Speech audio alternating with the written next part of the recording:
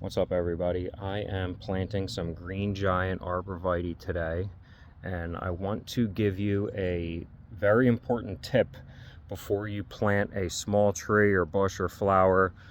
This applies to anything that has been in a pot for a while.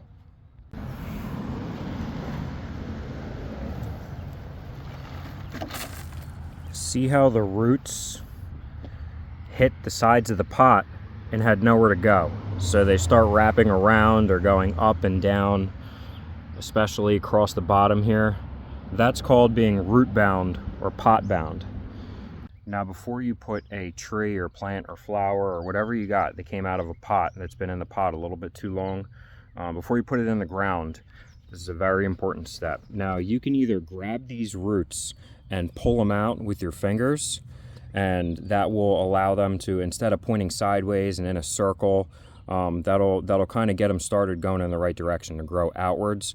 But something else you can do is take a knife or a sharp blade and just rake down the sides of this little root ball and cut it in multiple directions. And what that does is it's going to stimulate these roots to start growing new fibers immediately. So it's a very important step before you put these in the ground, just to give them a jump start on getting established in their new home.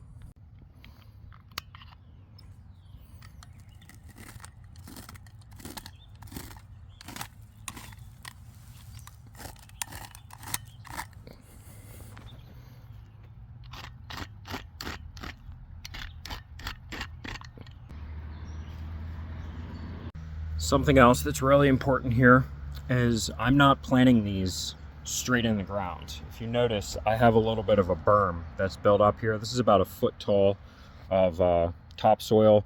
The reason why these are built on this elevated berm, or a planting bed, I guess you can call it, is because arborvitae and a lot of other plants don't like it if they're in too wet of an environment.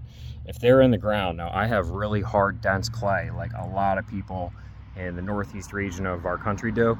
This ground is like hard as a rock. It gets a little bit soft on the very, very top of it, but it is hard as a rock. You can barely dig in it. It packs really solid. It doesn't drain well. The water runs right across the top of it. When the ground does get saturated from extended rains in the wet season, it stays wet forever. Now, these trees do not like being stuck in the ground when it's too wet like that. They would prefer it dry rather than wet. So when they're in an elevated setting like this, it's going to make sure that this dirt can dry out even if the rest of the ground is saturated, just because it's elevated and water goes down. All right, here's something else that's pretty important that you're going to see me do. When I'm filling in around these, I'm leaving the dirt loose. You pack it in a little bit, but you do not go around these plants and stomp down on all sides of it.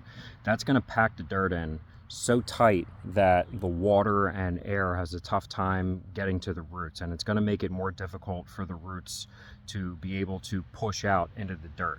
So if you imagine if you were a root, think like a root.